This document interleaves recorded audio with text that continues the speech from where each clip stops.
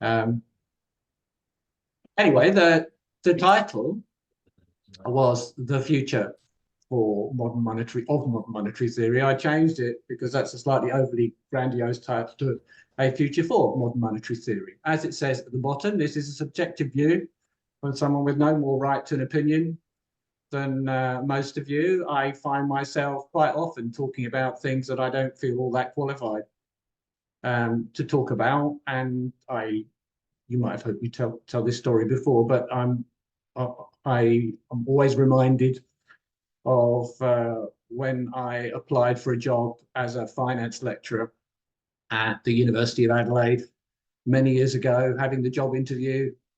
And after the job interview, the head of school coming out and telling me that they were going to offer me the job, and me saying, thank you very much. And him saying, well, to be honest, you were the only candidate. So that's why I'm doing this talk. Gabby and I spend our time running an educational charity, which in partnership with Torrens University offers an online graduate certificate, graduate diploma, and master's degree in the economics of sustainability, which has modern monetary theory running all the way through it, because we think that modern monetary theory is vitally important for the future of economics, or at least will be, if we have an optimistic future scenario for not just economics, but the management of our national economies and the global economy, so that we have a future with a focus on human well-being and environmental sustainability. And nobody else was doing this talk, so I'm going to give it a go. I'm going to assume that you know pretty much what modern monetary theory is, that you have some familiarity with the fundamentals of MMT.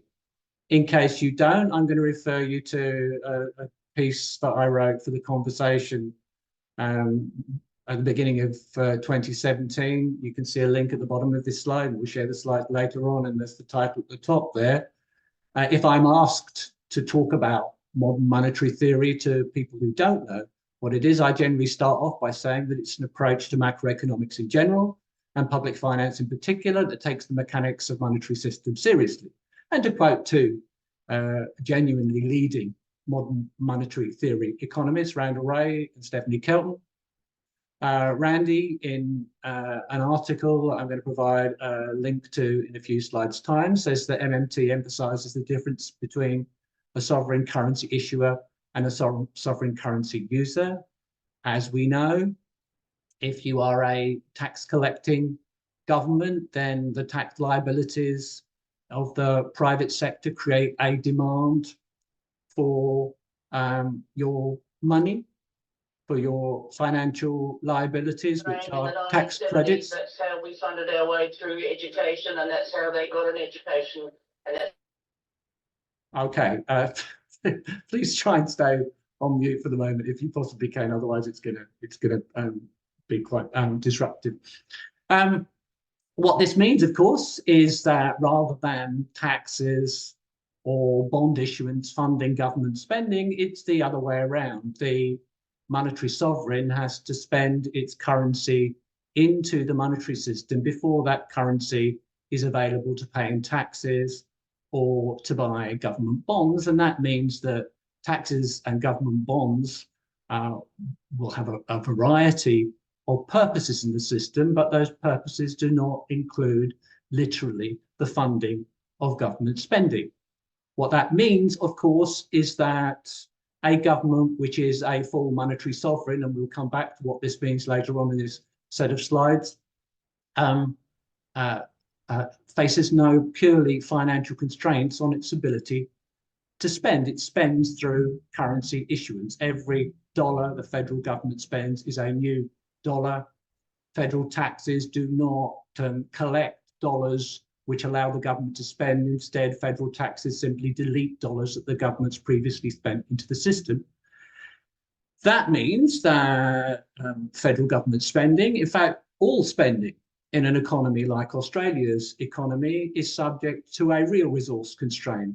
That real resource constraint is the productive capacity of the economy, determined by the supply of labour, skills, capital equipment, technology, materials, institutional capacity, and especially the ecological resources on which we can draw, and an inflation constraint, but not an arbitrary, imaginary, false, phony budget constraint. The government is not like your household or mine. It does not have to go and find financial resources before it can spend them. Well, that's the basis of MMT. And then, of course, there's an enormous amount that comes out of exploring the significance of the distinction between the currency issuer and currency users, which has been developed by many economists over the last 30 years since Warren Mosler first properly explained this distinction.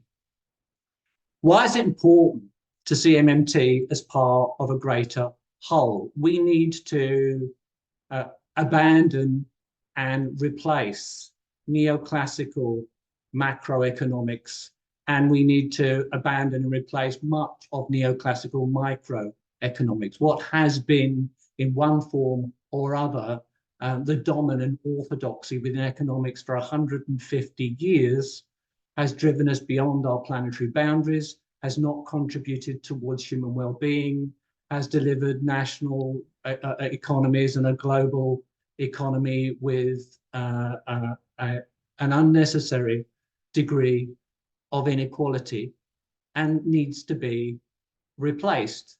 Now, up until the development of modern monetary theory, there were always alternative ways of thinking about the economy. There's always been what people call collectively heterodox economics or non-neoclassical economics, but it's not been a coherent whole. I see MMT as the crowning glory of a post-neoclassical macroeconomics, and the missing piece, the final piece in the jigsaw puzzle, that we need to replace neoclassical economics with a coherent post-neoclassical alternative. And this is emphasized by a paper that was recently published that Mark Diesendorf, who I just saw on the screen, was the lead author of, which my name is attached to as well. So I'm a co-author of it, although Mark and the other natural scientists that you can see here did most of the work. I wrote some of it, but they did much more of the work towards it.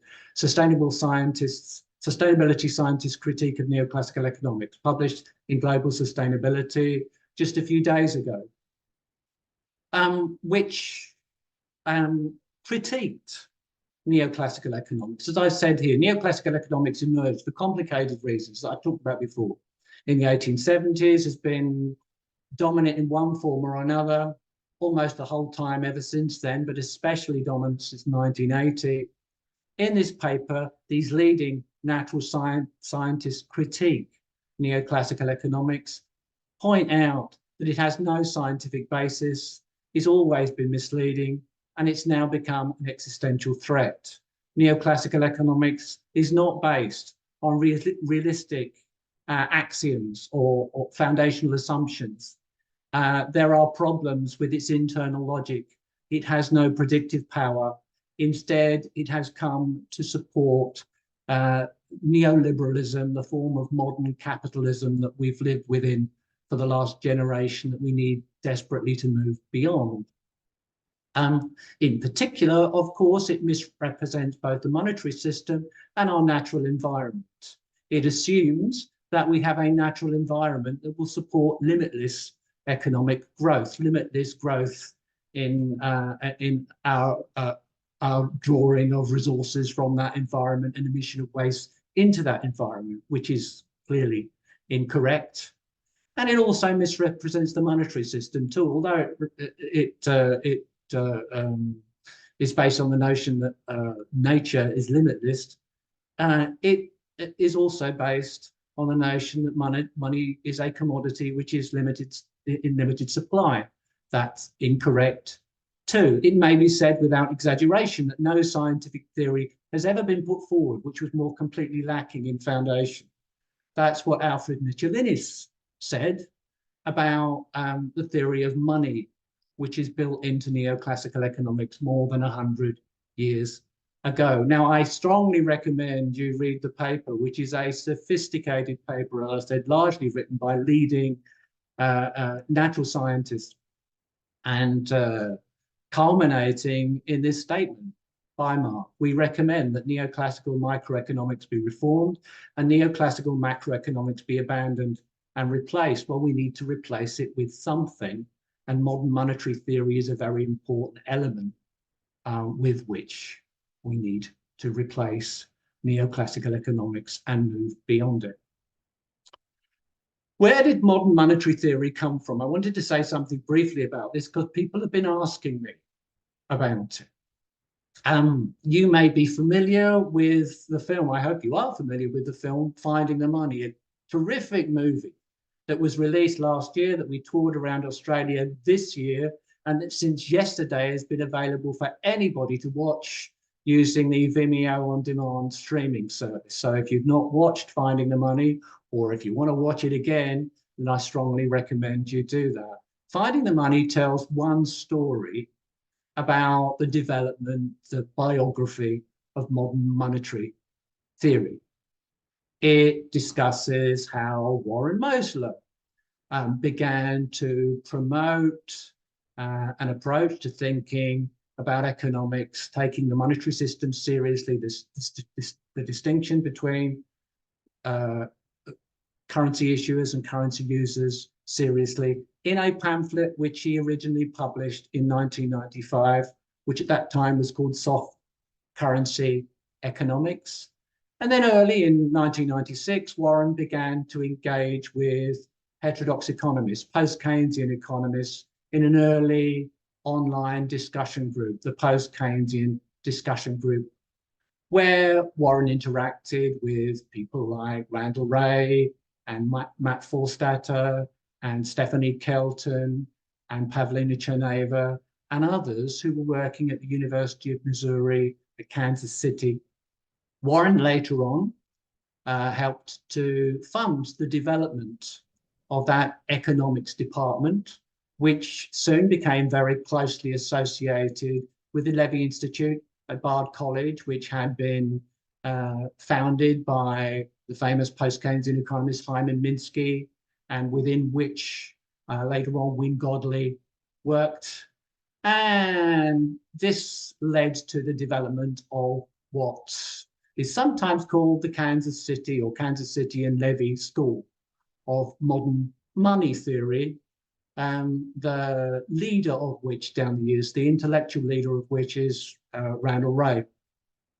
Now, the Kansas City School saw Warren's contribution to economics as being part of the post-Keynesian tradition of monetary theory. And this is despite the fact that Warren was unfamiliar with post-Keynesian monetary theory. He had developed these ideas, which he'd written down in soft currency economics, independently of that tradition. But there is a lot in common between post-Keynesian monetary economics, as we'll see, and the ideas which Warren Mosler started discussing and disseminating in 1995 and 1996. And this is the story that you'll see told in that movie, leading on to modern day contributions from MMT, Stephanie Kelton's Deficit Myth, Pavlina Cherneva's work on a job guarantee, and the work of people like Fadel Kabu and Scott Fulwiler and others. Indeed, the great majority of leading MMT economists around the world are people who were either on the staff at UMKC or students at UMKC or closely associated with those people. But there's something missing in the movie, and that's something that's missing is any reference at all to the leading Australian MMT economist, Bill Mitchell. I'm told that he didn't want to be in the movie, but there really should have been some reference to him because he's a very major figure in the development of modern monetary theory. And since the movie came out, there's been another story of the development of modern monetary theory, which has been publicized in a new book, which you can see on the left-hand side there, called Modern Monetary Theory, Bill and Warren's Excellent Adventure. It tells a rather different story. Again, modern monetary theory starts from Warren Mosler. Again, the post-Keynesian discussion group plays an important role, but this time modern monetary theory is described as something which is independent of almost any prior economic thought, and which is developed largely by two people, by Warren and Bill Mitchell, and pioneered at the University of Newcastle in New South Wales. Now, the two schools of thought have much in common with each other, but just as I criticise the movie for not mentioning Bill, I'll criticise the book on the left-hand side for only giving a passing reference to Randall Wray and discussing MMT as though it has two founders, Warren Mosler and William Mitchell. Well, to me, it has at least three. The truth is somewhere between these two stories, and the two schools have much in common with each other. They've cooperated with each other down through the years. The MMT textbook that you can see at the bottom there is co-authored by William Mitchell and Randall Wray and Martin Watts, who was also in the Newcastle school. There are some small differences between them. Randy prefers to talk about modern money theory rather than modern monetary theory. That might not in itself be all that important. As I said, Randy and other economists at Kansas City have placed modern monetary theory within a long tradition going back over 100 years as an advance within that tradition, but rooted in a tradition based on the work of previous generations of economists. That's not so much the case as far as the Newcastle School is concerned. The Newcastle School has certainly very heavily influenced the Kansas City School of MMT, and the ongoing debate about exactly how modern monetary theory developed and who was responsible for most of that development is something that I just wanted to say, let's leave to future generations. I really don't care that much. The important thing is that however much you give credit to one school or the other, modern monetary theory is an advance on what was available to macroeconomics before. But the Kansas City School does talk about historical roots for MMT, so I just thought I might spend a moment thinking about those roots, because if we want to look into the future, think about how modern monetary theory may evolve in the future and the role that it's going to play in the future management of our economies, then I think it's worth looking at the extent to which the ideas which form a part of modern monetary theory have been expressed in the past by previous generations of economists. You can read up on this for yourself by looking up Randy's paper on the Kansas City School of MMT, which you'll find on the Levy Economics Institute website. In that paper, just to quote from Randy for a moment, he talks about why he prefers to refer to MMT as modern money theory rather than modern monetary theory. I prefer to use the word money rather than monetary, both because it's the word I'd used in the title. He's referring there to the title of the first MMT book, the first book to explain modern monetary theory, called Understanding Modern Money, which Randy published in 1998. But also because the scope of MMT is not confined to monetary economics as that term is usually applied. Many critics have wrongly seen MMT as some new form of monetarism with an undue focus on monetary policy. For example, central bank money printing to pay for spending. That's not what MMT is about. MMT is not about quantitative easing. It's certainly not a form of monetarism. The correct emphasis is on modern money, that is, on the operation of the modern sovereign currency system. Where does that term modern come from in this context? It comes from chapter 1 of Keynes' treatise on money, which was published in 1930, where Keynes was explaining that money had been chattel, and we'll come back to this in a moment, in the sense described by George Friedrich Knapp in his book, The State Theory of Money, that was published in 1904, and in a couple of papers in the Banking Law Journal just before the First World War by Alfred Mitchell. Keynes said for 4,000 years. We'd now say, following David Graeber's book, Debt the First 5,000 Years, for at least 5,000 years. We'll come back to that point in a moment. Following that, Innes, Minsky, Mosley, Goodhart, and what we learned from historical experience, we summarized our view as MMT insists that the usual case throughout monetary history for thousands of years has been that each nation state chooses its own money of account. That money of account is the unit of account in which tax liabilities or other payments from the private sector to the state are denominated. Issues currency denominated in that money of account and imposes obligations such as taxes payable in the currency to ensure that there is a demand for that currency. This is the succinct view of money from the chartalist view, and much of MMT's analysis follows on from this recognition. The Kansas City levy proponents of MMT have been in the forefront of the analysis of the evolution of the financial system, standing on the shoulders of Minsky. So to Randall Wray, Hyman Minsky plays an important part in the foundations of modern monetary theory. Randy had been a student of and later a colleague of Minsky, and the people that had come out of the Kansas City School were either students of Minsky or students of Minsky, or taking that on to the next level.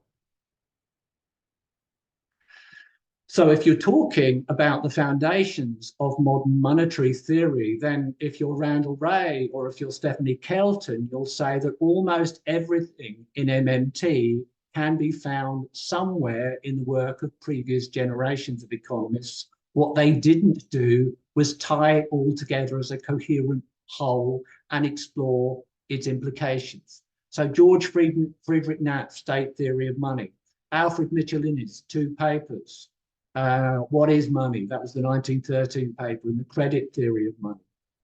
Keynes' Treatise on Money, and the work of Hyman Minsky up to and including his 1986 magnum opus, Stabilizing an Unstable Economy, explains that the national currency has always been, or almost always been, for thousands of years, as we were saying, the unit of account used to define tax liabilities.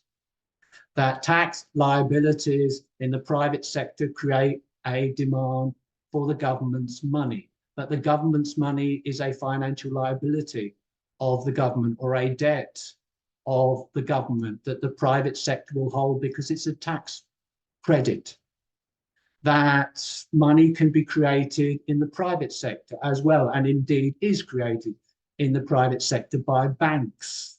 Bank deposits are a form of money. Bank deposits are a financial liability or a debt of banks. The acceptability of bank deposits as money depends in part on enforceable loan contracts in the private sector, but mainly on the fact that bank deposits are convertible at par into government money, into that which is necessary to pay taxes. Now, all that comes from Knapp, Mitchell Innes, Keynes, and Minsky. Minsky explained about the hierarchy of money, how the acceptability of private money issued by banks depended on the convertibility of that bank money into government money. On top of this, Beardsley Rummel from the New York Fed in 1946 explained that if government money was not convertible into gold or into anything that the government could run out of, then it was literally wrong to think of governments as depending on taxes for revenue in order to spend. That's what his taxes for revenue are obsolete. Speech and paper were based on. Governments have to spend currency into the system before it's available to pay taxes. So you need to look at the economic and social impacts of the tax system, but you need to stop thinking about taxes being necessary to finance government spending. That's in Rummel. In Lerner and Minsky, you find functional finance, the idea that the government budget plays an important role in the economy and the promotion of the public interest, and that the government should aim for non-inflationary full employment in its budgeting. An unbalanced budget is fine as long as you have a balanced economy. That's in Lerner and Minsky. Minsky also, of course, has his well-known financial instability hypothesis. Stability breeds instability. If you rely on money creation in the private sector in order to run your economy in a free market capitalist system, then periods of stability will cause people to take on more and more debt, some people in the private sector, so that private balance sheets will become more fragile over time, and you'll tend to have a situation over time of boom and bust. He also argued for an employer of last resort scheme in the 1960s. He believed that crude Keynesianism, government spending to boost demand in the economy so that there's always enough demand to try and be close to full employment, would be unsustainable, would become increasingly inflationary, and the only way to have sustainable non-inflationary full employment would be to have what we now call a job guarantee. I really personally don't see any significant differences between Minsky's employer of last resort scheme that he discussed in the 1960s and the federal job guarantee that was independently developed by Moseley and Mitchell and others more recently. And he explained how fiscal policy can stabilize an unstable economy by looking at its impact on private sector incomes, on business cash flows and profits, and on private balance sheets, how the emission of safe financial assets in the form of government liabilities can improve the sustainability, make less fragile private balance sheets. And then we had Wynne Godley, who replaced Minsky at the Levy Institute, who developed the sectoral balances approach, again, with which you're familiar, I'm confident, so that you know, even though many of our economists that you in the media and in government seem not to know, that when you say the government should run a surplus, you are, by definition, saying that the non-government part of the monetary system should be in deficit, and the non-government part of the monetary system being in deficit in a country that doesn't have a persistent trade surplus historically has been associated with growing Minskian instability and eventually with a financial crisis. So what of the future? If you ask me which school am I in, I have more sympathy with the Kansas City School than the Newcastle School, because I think these routes are important.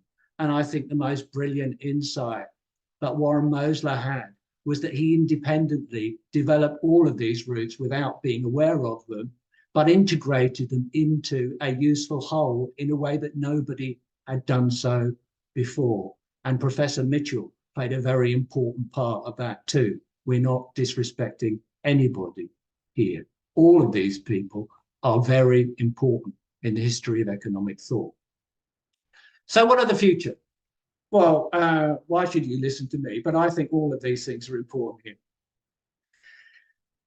what turned me on to modern monetary theory in the first place as a financial economist was that from the unsustainability of the Clinton surpluses onwards, all the way to the recent pandemic, the use of the monetary system during the pandemic, and the temporary, if for a while persistent, inflation following the pandemic, MMT-informed economists have been broadly correct. Neoclassical economists have been almost always incorrect on every issue for the last 30 years. I could list a dozen of them, but I won't now. Now, this is going to continue to be the case. So modern monetary theory is going to continue to make progress, sometimes rapid progress, in areas where I think it's less important for it to make progress, perhaps like on Wall Street.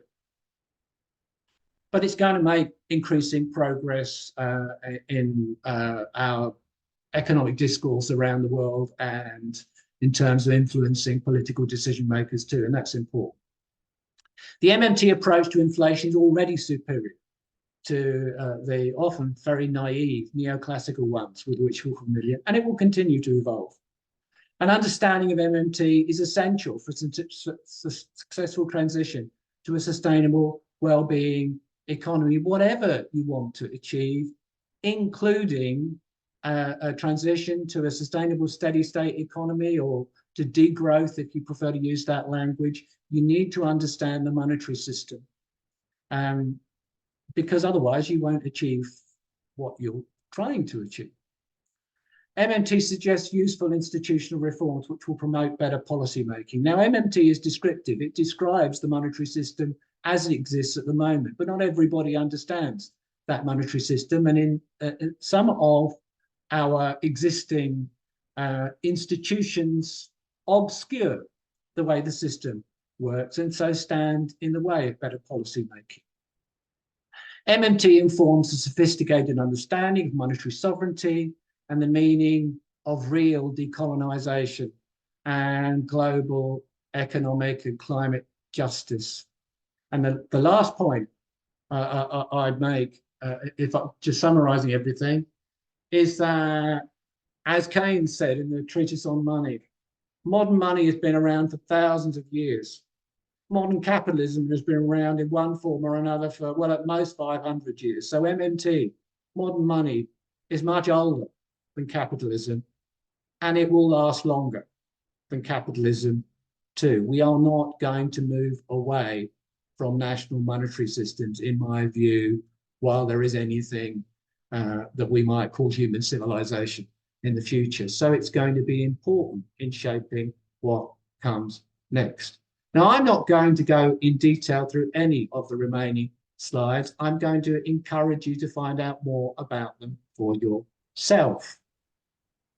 Macroeconomic modeling must get the monetary system right, which neoclassical, so-called dynamic stochastic general equilibrium models don't. And it must be stock flow consistent as well. It must allow for the impact of financial flows on stocks of assets and liabilities. It must track how balance sheets in different parts of the economy interact over time. In this way, actually, it fits very nicely with system dynamic models of the natural environment and work by, although they're not all that familiar with MMT, work by ecological economists like Tim Jackson and Peter Victor is already moving us in this direction. At the very least, when we do macroeconomics, we need to get the accounting right. Economic forecasts from neoclassical models that come out of policy institutions, which make implausible predictions about the evolution of financial balances and balance sheets, won't happen. That's how come the neoclassicals got the Clintons' surpluses wrong, how they missed the build-up to the global financial crisis. It's part of the reason why they thought quantitative easing would be inflationary when we said it wouldn't. It's part of the reason why they've been predicting a financial crisis relating to Japanese fiscal policy for years when we've been saying there wouldn't be such a crisis. They don't get the monetary system right. They don't get the accounting in their models right, often too. At the simplest level, the sectoral balances equation we've already talked about. The sectoral balances chart should be taught to all economics students. If you've seen the movie Finding the Money, isn't it shocking that the man who for many years was the chief accountant in the US federal government had never seen the sectoral balances equation, even though it's just basic national accounting, was unfamiliar with the sectoral balances chart, and consequently was unable to cope with the idea that government surpluses in the US could in any sense be bad for the US private sector. At a more advanced level, all macroeconomic models, simulations, and forecasts should be stock flow consistent. Now, if you want to find out about stock flow consistent macroeconomics, the seminal work is a book called Monetary Economics, which was published in 2006 by Wynne Godley and Mark Lavoie. The key figure in this approach to macroeconomics is Wynne Godley himself, and there is a collection of his writings you might have access to in a university library, maybe, called The Stock Flow Consistent Approach, edited by Mark Lavoie and Gennaro Zezza. At the bare minimum, everybody should by now should be aware of the fact that healthy private sector balance sheets require the private sector to be in financial surplus, to be net saving most of the time. If you look at the 40 or so economies that the International Monetary Fund classifies as advanced economies, on average, the private sector in those countries has been in surplus every year for the last 30 years at least, with that surplus being at its lowest level, almost in deficit, just before the global financial crisis started, while private balance sheets were deteriorating and becoming more fragile. Now, for the private sector to be in surplus, somebody else in the monetary system has to be in deficit. If you're averaging across 40 countries, then you can ignore the foreign balance. It will net out to approximately zero. And the point that this emphasizes, of course, is that it is normal, it is natural for governments to be in deficit, because it is deficit spending by the government that provides the dollars or the yen or the euros, the national currency, which the private sector is then able to save. This will continue to be the case, even in a post-growth steady state economy, if there is an upward drift in the price level over time, because nominal incomes will rise over time. And if the demand for net financial assets in the private sector rises with nominal incomes, then governments will continue on average to run deficits. So anybody that boasts about a government surplus, including in Australia at the moment as we speak, ought to be confronted with this logic, this approach to macroeconomics, this chart, and asked to make sense of it. Now, that's going to happen increasingly because it's basically the right way to think about how monetary economies evolve over time. We're doing this much more now than we were 10 years ago, but we need to go much further than we have done yet. As far as inflation is concerned, an MMT perspective on inflation is that it cannot persist if the government, the currency issuing government, the monopoly issuer of the currency, uses its price setting power as the monopoly issuer of the currency in order to prevent a general increase in the price level. Because technically, citizens must make sales to the state, assuming they're not receiving transfers from the state or borrowing from the state to be able to pay their taxes. So the government has the power of a monopsony price setter. Now, there is a theory within MMT that as a buyer of labour through a federal job guarantee, the government can set an effective minimum wage in the economy, and other wage rates and prices in the economy are then simply matters of relative pricing. So as long as the government does not increase the amount it pays for an hour of labour as part of the job guarantee, a rate above the rate of growth of productivity within the economy, there cannot be persistent inflation in the economy. I am not entirely convinced of this argument myself. And of course, it has not been the case up until now in general that governments have run job guarantee schemes anyway. I'm not, when thinking about monetary history, I mean, just going back into the 19th century, most governments made up 3%, 4%, 5% of the gross domestic products of their economies in those days. To be a price setter, a monopoly price setter, you need what Minsky used to refer to as big government. Minsky talked about big governments are taking up 20% of GDP or more, which is true of almost all modern governments. And he said, well, big governments will have a big enough budget so that that budget can stabilize the economy over time if you have sufficient counter-cyclical stabilizers in place as the private sector moves towards a desired surplus. In other words, as private sector demand falls down, then the government can support the economy by moving into deficit to allow private surpluses without it driving a recession and rising unemployment. But it's also true that big government in a modern economy does have a lot of direct price setting power, and the problems that can arise when they don't use this properly, we see in the US healthcare system, in US pharmaceuticals. Governments, when they use their buying power, can influence key prices within the economy, and that's important for inflation management. We're talking about energy, if we're talking about healthcare, we're talking about education, we're talking about transportation.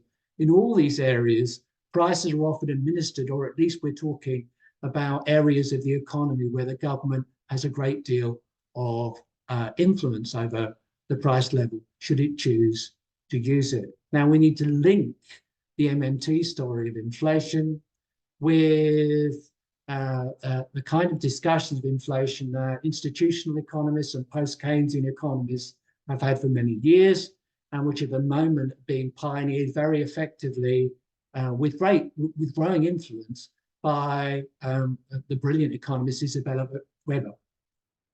Institutional economists have for nearly 100 years distinguished between market and administered prices and said that it makes more sense to talk about prices being influenced by demand and supply if we're talking about agricultural and other commodities, the primary sector of the economy. If we're talking about the secondary and tertiary sector of the economy, key prices are generally set by firms that have a degree of price setting power, and oligopolistic firms with a degree of monopoly power as a markup over their costs.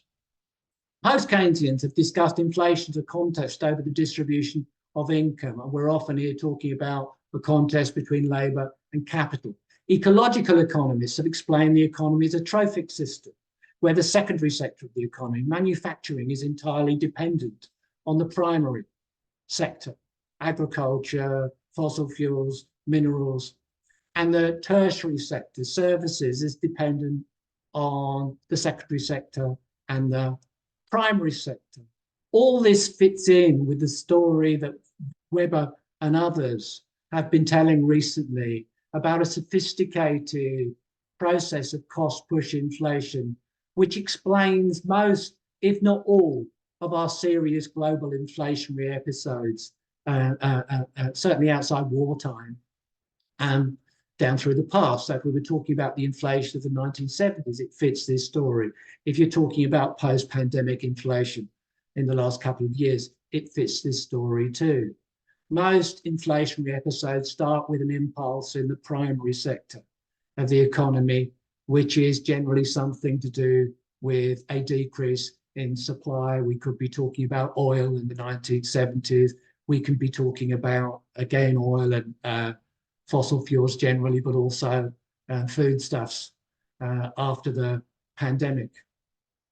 So we get a burst of inflation with its roots in the primary sector.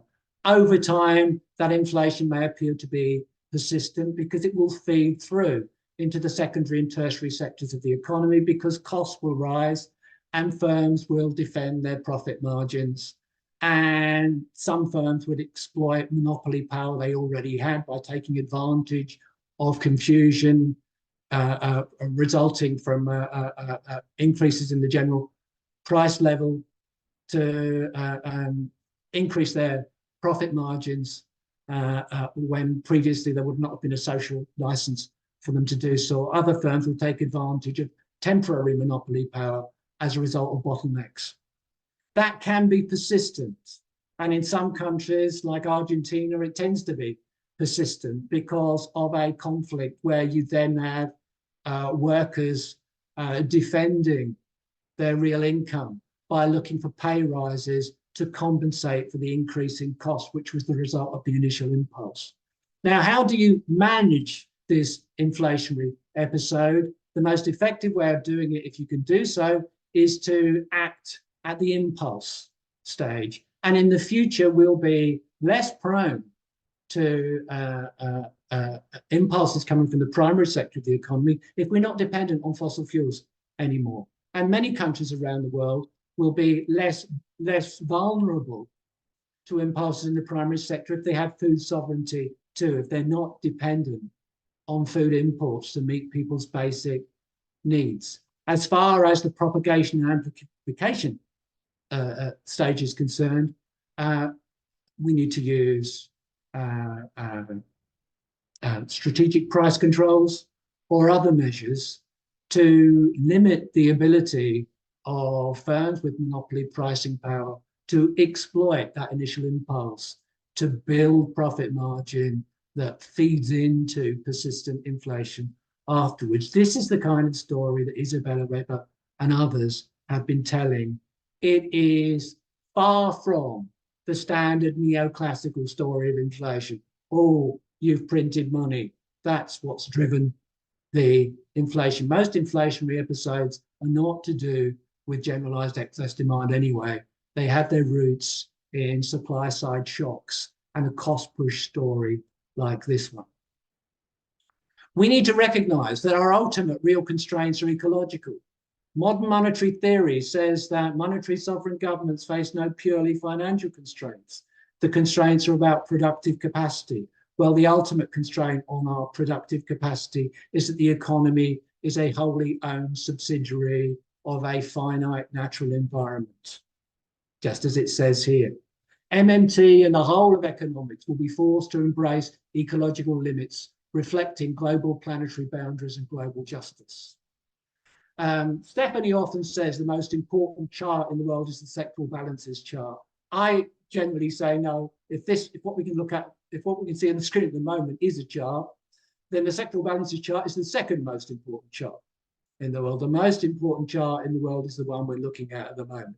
The economy sits in a finite planet Earth. It draws renewable and non-renewable resources from the Earth. It draws directly and indirectly, almost exclusively on solar energy to make everything possible. Our activities generate waste, including waste heat, which because of solar energy, as long as we don't overwhelm the capacity of the Earth to process our waste, will be recycled safely. We can, through what people often refer to as practices, which people often refer to as part of the circular economy, we can decrease the ecological impact of every dollar of economic activity we engage in, but we cannot eliminate it. There will always be limits on the ability of the Earth to supply us with non-renewable resources. Well, we mustn't use them more quickly than we can develop renewable alternatives.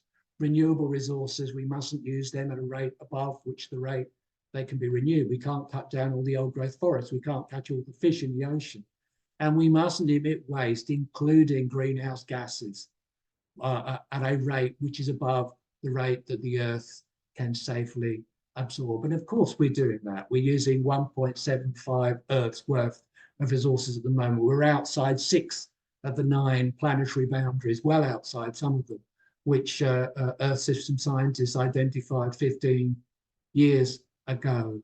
We need to, I don't care whether you call it degrowth or a transition to a post-growth, sustainable, steady state. That's just semantics. But we need to move within these planetary boundaries. We need to recognize the fact that it's not money which is in scarce supply. It's ecological resources. And neoclassical economics has always got these two things the wrong way around, as we've been saying. The overlap between modern monetary theory and degrowth scholarship or ecological economics has been pioneered down the years by ecological economists like my friend Phil Vaughan, and now by degrowth scholars like Jason Hickel and our own lecturer Colleen Schneider, including in this paper that Colleen discussed for us a couple of weeks ago, so I'm not going to talk about it now. But a vitally important part of the future of modern monetary theory is the way we use our understanding of sovereign monetary systems to design a transition to a sustainable, equitable future. And I think we're perhaps 5 years from a tipping point in terms of panic as far as the climate system is concerned, but also disillusionment with neoclassical economics. It will then be a very exciting time to be an MMT-informed ecological economist like Colleen is, and there'll be a very important role for these people to play in designing a future for human social provisioning and global justice. A new mainstream will emerge. I don't like calling neoclassical economics mainstream economics. It shouldn't be mainstream. We should be the mainstream. Modern monetary theory informed by post-Keynesian and institutional economics, but also ecological economics too, must be the future mainstream. We now have all the building blocks we need, I think, essentially. Institutional reform would help. A budgeting process which supports fiscal decisions aimed at the promotion of human well-being and ecological sustainability in both the short run and the long run. Public institutions, whether it's the Parliamentary Budget Office in Australia or the Congressional Budget Office in the US, or new institutions that don't focus on the implications of fiscal decisions for the sustainability of the government's finances on the basis that the government is like a household and can become insolvent, but instead assess government plans, first of all, for whether they are consistent with the promotion of well-being and sustainability, but secondly, for the potential inflationary consequences of those plans in both the short run and the long run, where there are bottlenecks, which might be inflationary. You can often make investments in order to relax those bottlenecks. Where banking and financial regulation is used to create more fiscal space, to limit the scale of private credit creation and influence its direction, including, for example, its impact on housing and on homelessness. This is discussed, or these things are discussed in a report which the brilliant young economist Nathan Tankus published last year called The New Monetary Policy, which you can see up at the top of the screen there. If you just Google Nathan Tankus and The New Monetary Policy, you can read his paper. Stephanie and our lecturer, Scott Fulwiler, are increasingly arguing for the phasing out of federal government bonds. Not because there's anything wrong with them in themselves, but because they mislead people into thinking that governments need to borrow in order to finance deficit spending, when in fact it's the deficit spending that creates the dollars which are then available to fund managers to buy federal government bonds. If you want to offer interest-bearing saving certificates to private sector fund managers and others, then Stephanie and Scott and I would say it would be better to have the central bank, nobody thinks the central bank's going to run out of money, issuing those securities rather than have the government doing it, and perhaps not to call them bonds, because that leads us to confuse them with corporate bonds. And of course, private sector corporations are subject to insolvency risk. An end to the use of interest rates as a tool of inflation management. Warren Mosler was explaining a couple of years ago that higher interest rates in the US in the short term, given the state of balance sheets in the US, was not going to drive the US into a recession in the short run or drive US unemployment up significantly. If anything, it was likely to accelerate spending in the US because, of course, the government is a big payer of interest. The private sector receives interest. There's a fiscal element to increasing interest rates in terms of increasing the what you might call welfare spending for savers that the government does when interest rates are increased. In Australia, things are different. We have a lower level of government debt, fewer treasury bonds. We have variable rate mortgages, not fixed rate mortgages. We have more private sector debt these days as a share of our income than they do in the US. Changes in interest rates have a different impact in different economies and different impact at different points in time. But interest rate policy is not a reliable way for the central bank to manage total spending in the economy and inflationary pressures. And it has higher interest rates anyway, have very adverse implications for the distribution of income and wealth. Interest rates should be kept low and stable. Interest rates should not be used as a tool for managing total spending in the economy. We need to move to a situation where we rely on fiscal policy to manage demand, where we have efficient counter-cyclical stabilizers built into fiscal policy, and where a comprehensive federal job guarantee, which also provides people with economic security and which deals with the non-financial costs of involuntary unemployment, which remain very significant indeed. That needs to be introduced too. All of these things are important institutional reforms, which we will be campaigning for in the future, and we will get further and further towards achieving. The way we usually discuss monetary sovereignty, coming towards an end, is straightforward and often adequate but incomplete. If you go back to that conversation explainer, which I put at the beginning, I linked to at the beginning of these slides, I say you're a full monetary sovereign if you're a tax collecting government, issues a currency that isn't fixed to any commodity or any foreign currency that you could run out of, and if you have no significant foreign currency denominated debt. Then the only constraints you face are real or to do with inflation. You face no purely financial constraints. But it's not as simple as that. You don't become a full monetary sovereign if at the moment you are in the global south with a fixed exchange rate and US dollar denominated debt simply by defaulting on the debt and floating your currency. That's not enough. Monetary sovereignty, genuine independence, means you are in a position where you can implement policies in the public interest to improve people's well-being, to transition to ecological sustainability, or if you're already sustainable because you have such a low level of GDP per capita, to improve well-being while remaining sustainable without your policies being undermined by financial markets, by foreign governments, or by the foreign exchange market. And that requires other things too. It requires energy sovereignty. You need not to be dependent on imported fossil fuels. It requires food sovereignty. It's important that you're not dependent on imported necessities of any kind, which are priced in US dollars or other foreign currencies, which would make you especially vulnerable to a depreciation in your own currency on the foreign exchange market. So you couldn't enjoy genuine monetary sovereignty. There are countries that have a high degree of monetary sovereignty that don't have their own currency. Germany has a very powerful economy. Germany is very powerful within the Eurozone. Germany has a high degree of monetary sovereignty, even though it doesn't issue its own national currency.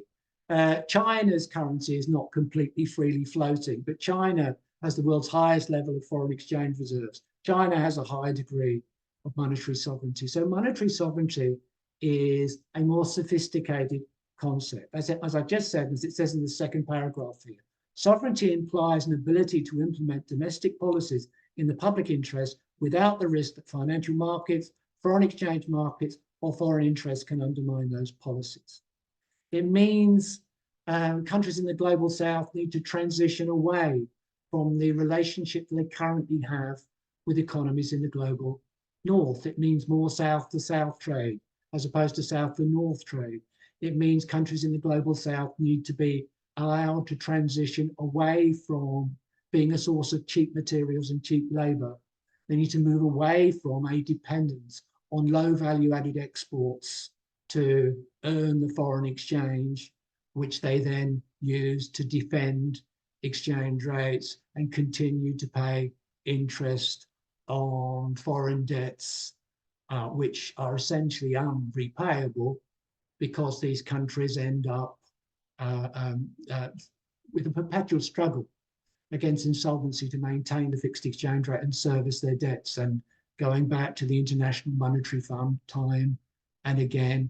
We need all this to change. It's not a simple matter of having a floating exchange rate and just defaulting on the debt you've got at the moment and not taking any more debt.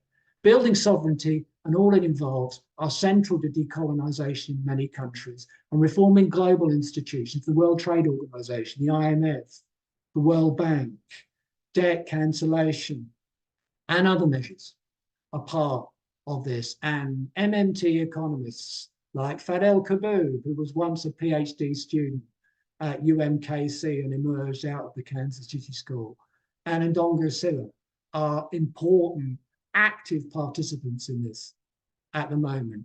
And if you haven't taken a look at it already, I recommend the publication at the top of the screen. There's a link to, at the bottom, it says a link to Pluto Books. It's a free publication if you want to read it. Let's be optimistic about the future. I mean, if you want in detail to understand modern monetary theory, or as Randy calls it, modern money theory as it exists now, there has been a recent, or a very expensive but comprehensive Elgar companion published, which I recommend you working your way through, which you can see at the top right-hand side of the screen. Our story of money is right. Our money story goes back more than 5,000 years. Money was invented by the earliest forms of modern governmental institutions over 5,000 years ago in ancient Mesopotamia. And it was the tax system that didn't just lead to the development of modern money. It also was the reason for the development of the earliest forms of writing, the development of cuneiform writing. As you can see explained in a variety of talks online, if you want to watch them, they're fascinating. He's a brilliant lecturer by the British Museum philologist and Assyriologist Irving Finkel. So money, modern money, is thousands of years old. Capitalism goes back perhaps 500 years to the enclosure movement, the imposition of artificial scarcity, forcing people off the land, forcing people to sell their labor services or staff in Western Europe. Taxes drive money.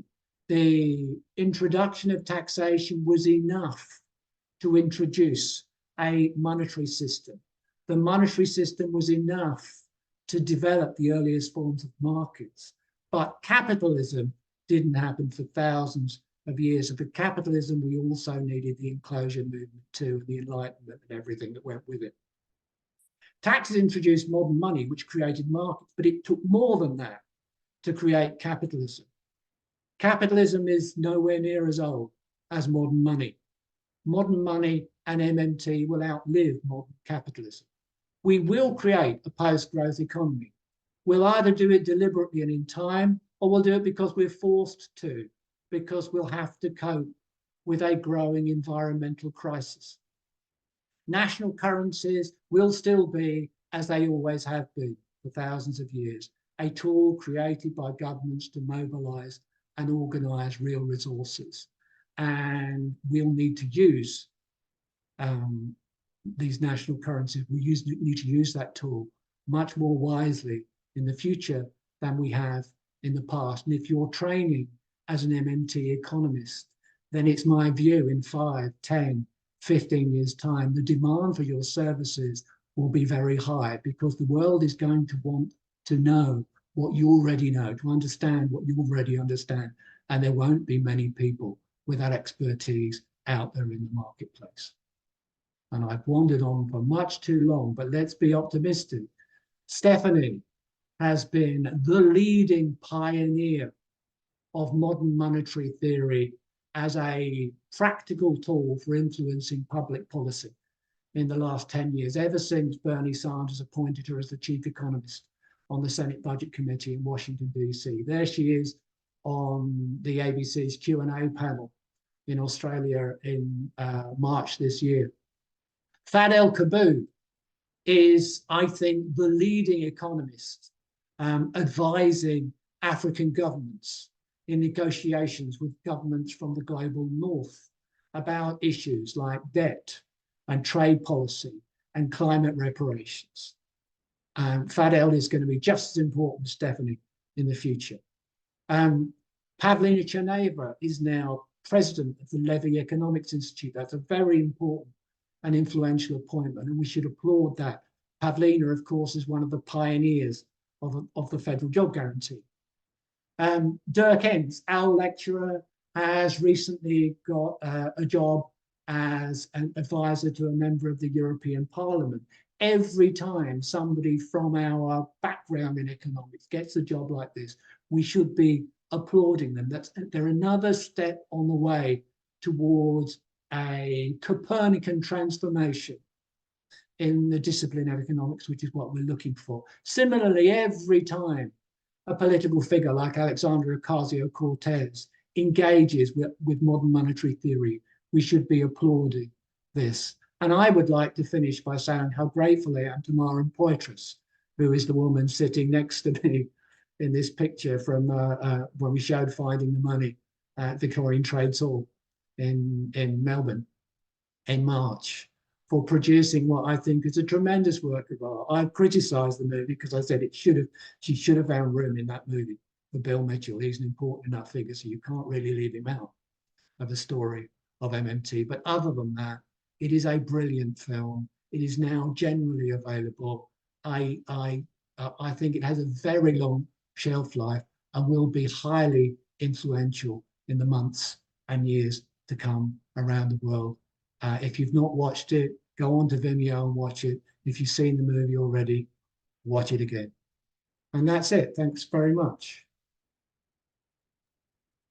Thank you so much, Stephen. Fantastic. There's such a lot in those slides there. We have gone quite a while over the hour, so if people do need to leave and get on with their days, that's of course totally understandable. I thank all of you for staying this long. It's fantastic. I actually picked out 3 questions from the chat that I wondered if people would like to stay around for. I might read them or summarize them quickly. From Kirsten, can the loss and damage debate in climate negotiations be shifted by supporting the sovereignty of currencies in developing countries? And then there was a question from Mark Diesendorf. If the Australian government wishes to buy, say, a US nuclear submarine for $50 billion, presumably it cannot simply create $50 billion US dollars and 70 billion Australian dollars and convert it to US. How would such a purchase work? I think that's a great practical question. And then the question that we almost always get in these types of talks and events is from Hugh Lewis Smith, and it's a longer question, but it's summarized, is the MMT, the difference between I guess the dominant paradigm that people understand a myth versus the MMT paradigm. Is this a case of the don't look up moment?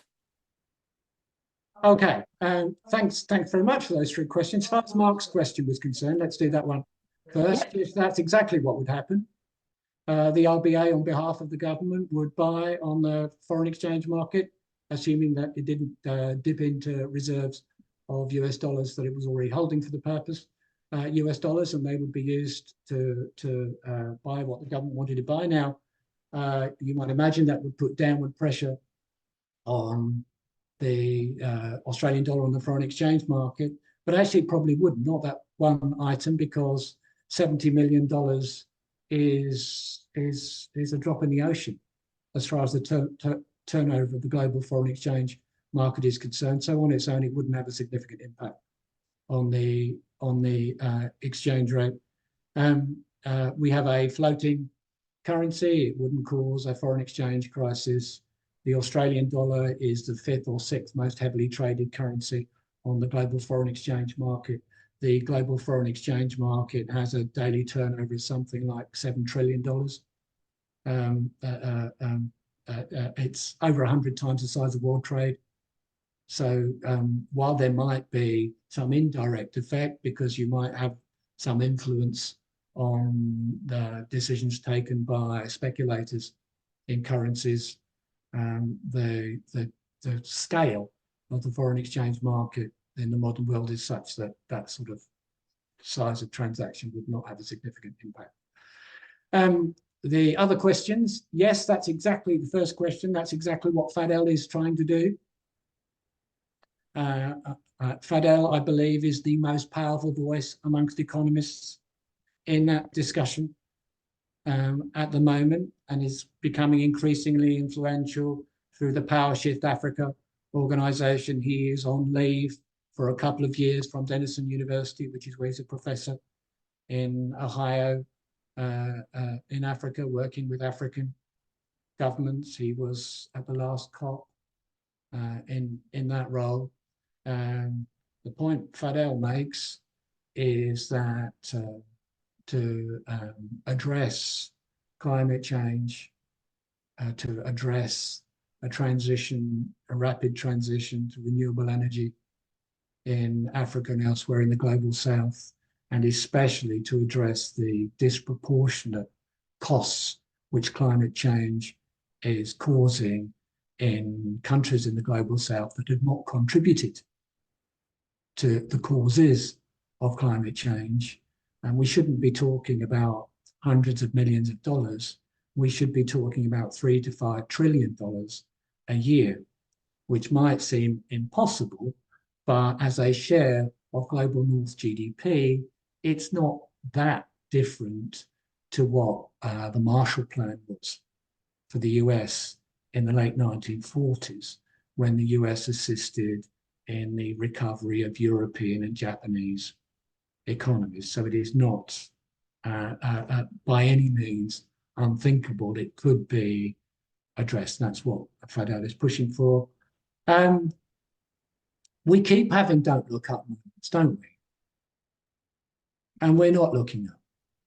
Yeah, but I genuinely think, I mean, just as the climate system is a complex system, so our social systems are complex too, and you just don't know what's going to be a tipping point. But I think at some point in the next decade, probably in the first half of the next decade, there is going to be a more rapid spread of climate panic. It amazes me it hasn't happened yet, actually, around the world. That's how strong the dominant discourse has been, how impermeable so far. But there is going to be a point where there is a disillusion with neoclassical economics. If I hope Kamala gets elected as president, I hope she's strongly influenced by Stephanie Kelton. But if she isn't, if she listens to Larry Summers and Jason Furman and people like that, she will essentially fail. And there will be a more effective version of Donald Trump around the corner. I prefer to be optimistic rather than pessimistic.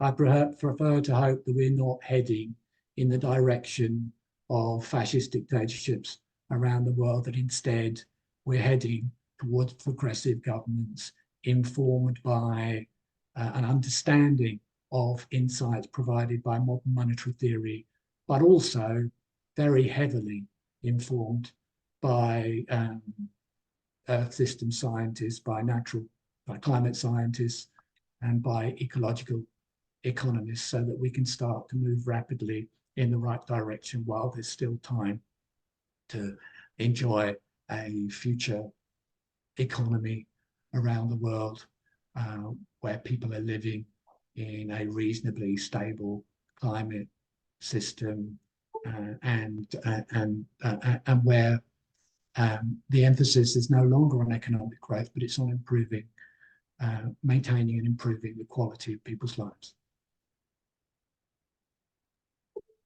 Thank you. Perhaps we can just finish with a comment from Susan about, I'll just go back to it and read it out somewhere here in the chat. Oh, I've lost it now. It was a most excellent comment. Kind of concluding that perhaps we need to think about a new theory of values, and it sort of circles back to politics and values. Susan, can you find that question? It was so good. I probably won't be able to answer it, but it's a good question. it's a great question. Yes. What I said was, I think there is a sense among some students of MMT that our modern founders have been overly concerned with appearing politically neutral. The emphasis. That's it. That's the one. That's the one. Emphasizing, not incorrectly, the foundational MMT contribution as a lens, a realistic description, but perhaps not contributing enough to opening up the policy space that MMT is potentially transforming understanding of real fiscal space that needs really good policy innovations to activate. And I just wondered what you thought about that. I think that's a fair criticism. I mean, you could go further than that, really, and say MMT initially was, seemed to me, when I first encountered it, as a recipe for more efficient economic growth. It didn't seem to have any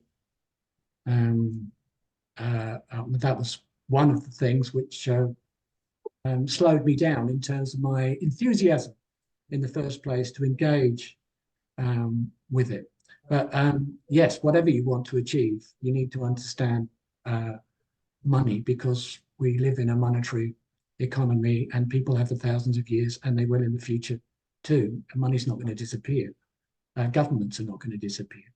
But yes, I agree that you could argue that, that some of the early developers of MMT were reluctant to go too far in terms of having political stances. I'm not sure you can say that anymore. You certainly can't say that about people like Fadel Kaboom. And I don't think you can say it about Gabby and me either. Not that we deserve to be discussed in that sense. But for us, the courses that we run are our form of climate activism. I'm not a brilliant economist. I'm not a natural scientist. I'm not a politician. I'm an economics teacher. What's the best thing I can do to try and promote a transition to a better, more sustainable future? I can try and put together some people like Colin Schneider and Scott Fulwiler and Dirk Entz and others, and I can try and train a little bit like they did at UMKC, but we have a slightly different perspective because we have a more ecological one. I can try and train a generation of economists who are going to go out there and change the world. I can try and find the next Stephanie Kelton. I can try and find the next Kate Raworth. I can try and find people who are much more able than me and are going to be able to have a significant impact on the world. And that's what we're trying to do. I think that's a great note to finish on. Thank you so much, Stephen. Brilliant talk. Thank you, everybody, for sticking with us. The recording, if you missed any of this, I know some people had to come in at various times if you lost the connection. The recording will be up on our YouTube channel in the next day or two. And thanks again. And we have more events planned in the future. If If anybody's in Adelaide, I think there's a couple of people on the call who are Adelaideans or locals. There is a forum on housing, a very important issue that we're running with the Sustainable Prosperity Action Group on the 20th of October at the Joinery. Would love to have your company for that forum. Have some great speakers, including Stephen, which will be very interesting. And then we're planning some more weekend workshops to take around to different cities later in the year and early next year. And there will be more talks and events over the January mid-trimester break for after our students have finished their current subjects that they're taking. So please do keep in touch. And if you have other questions that weren't answered today, I'm sorry we didn't get to you. Please feel free to drop us an email or reach out to us on social media, and we will do our best to answer those. Or come and do the graduate certificate. Absolutely. We're always looking for more students. Please spread the word. If you have young people who are thinking about what they want to do when they finish their first degree and are looking for a way of making a real impact, send them our way, and we'd be most happy to have a chat with them about studying. Or medium-aged people or old people. Yeah. Doesn't matter. We welcome everybody. We do. Yes. Yeah. Thank you. All right, we'll finish there. Thanks very much, everyone. Thank you.